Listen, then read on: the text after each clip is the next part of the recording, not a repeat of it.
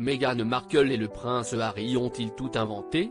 Ce mercredi 17 mai, le porte-parole du duc de Sussex a déclaré que le couple s'est retrouvé dans une course-poursuite face à des paparazzi dans les rues de New York.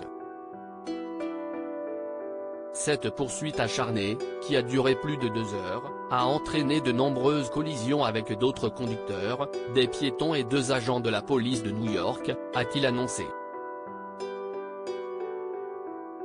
Avant de rappeler, bien qu'être une personnalité publique s'accompagne d'un niveau d'intérêt de la part du public, cela ne devrait jamais se faire au détriment de la sécurité de qui que ce soit. Une version de l'histoire bien différente de celle du chauffeur du couple Sussex. Au volant du taxi qui devait les ramener dans une résidence privée après la cérémonie de remise de prix au Ziegfeld Ballroom, Suk Char Singh a un tout autre discours. Je ne pense pas que j'appellerais cela une course-poursuite. Je n'ai jamais eu l'impression d'être en danger, a-t-il déclaré, rapporte Sky News. Ce n'était pas comme une course-poursuite dans un film.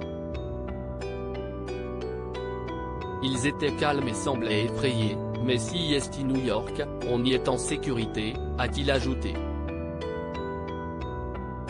Avant de préciser que Meghan Markle et le prince Harry, accompagnés de Doria Ragland, lui avaient donné l'impression qu'il avait déjà été poursuivi par des paparazzi avant de monter dans sa voiture.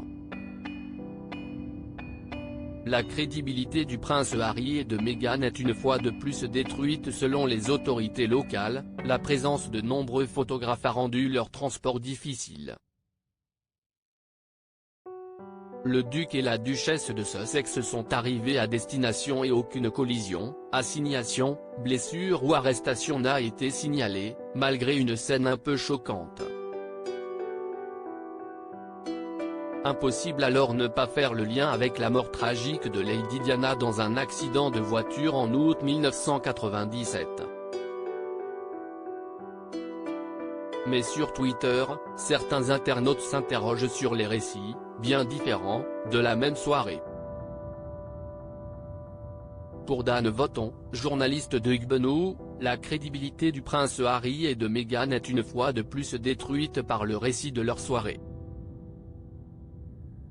Quand les médias commenceront-ils à comprendre que chacune de leurs déclarations doit être vérifiée?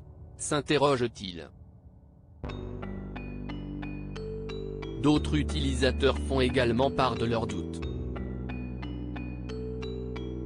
Pourquoi n'y a-t-il pas eu d'arrestation? Griller les feux rouges, rouler sur les trottoirs, reculer dans les rues à sens unique sont autant de délits, écrit l'un d'entre eux.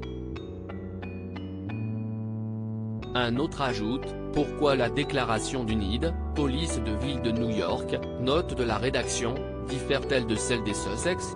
S'il y avait eu collision évitée de justesse et conduite dangereuse, des arrestations auraient certainement eu lieu, non seulement pour leur sécurité, mais aussi pour celle des autres usagers de la route. Crédit photo, agence.